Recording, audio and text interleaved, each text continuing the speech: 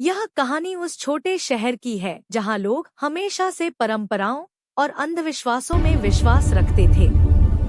वहां एक पुरानी टूटी फूटी लाइब्रेरी थी जिसे लोग भूतिया लाइब्रेरी कहते थे। कहते हैं कि वहां एक किताब थी जो किसी ने कभी नहीं खोली और जो खोलते ही जीवन बदल देती थी। यह किताब थी भूतिया किताब।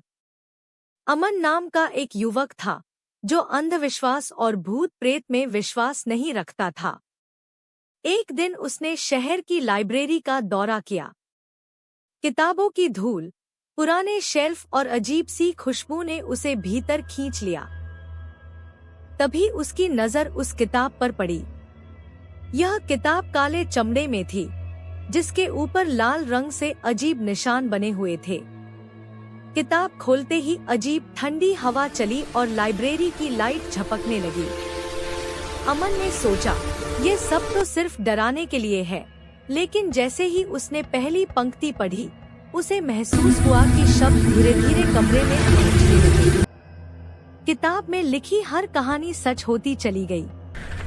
पहली कहानी में एक लड़के का जिक्र था जो किताब पढ़ने के बाद कभी नहीं लौटा। अमन ने हंसते हुए सोचा बस कहानी है, लेकिन जैसे ही उसने आगे पढ़ा उसके चारों तरफ अजीब आवाजें आने लगी। कदमों की आहट, धीमी फुसफुसाहट और कभी-कभी किसी की चीख।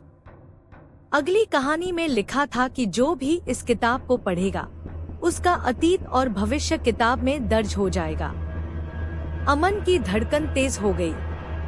उसने किताब को बंद करने की कोशिश की, लेकिन किताब मानो उसके हाथों से चिपक गई थी। वह जोर लगा रहा, लेकिन किताब अपनी जगह से हिलने ही नहीं दी। तभी उसने देखा कि किताब की पन्नों पर अजीब चित्र उभरने लगे।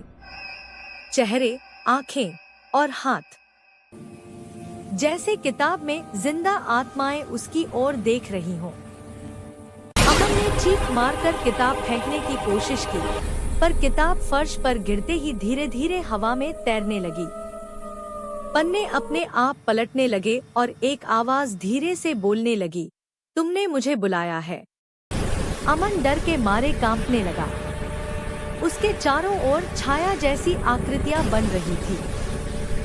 वह समझ गया कि यह कोई सामान्य किताब नहीं थी। किताब में जो भी लिखा है वह सच में हो जाता है। अब किताब ने उसे अपने अंदर खींचना शुरू कर दिया। उसने जल्दी से अपने दिमाग में योजना बनाई।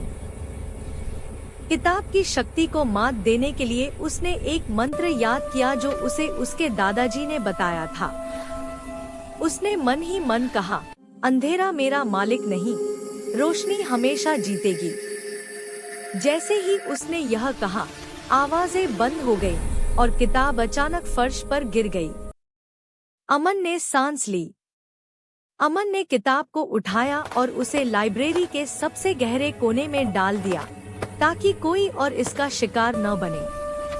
उसने तय किया कि इस किताब को कभी किसी के हाथ में नहीं आने देना है, लेकिन वह जानता था कि किताब हमेशा वहाँ रहेगी। उसके रहस्य, उसकी शक्ति और उसकी भूतिया आत्माएं हमेशा इंतजार करती रहेंगी। और यह कहानी हमेशा एक चेतावनी बनकर लोगों को याद दिलाएगी। कुछ चीजें सिर्फ पढ़ने के लिए नहीं होती, उन्हें छोड़ देना ही सबसे सुरक्षित होता है।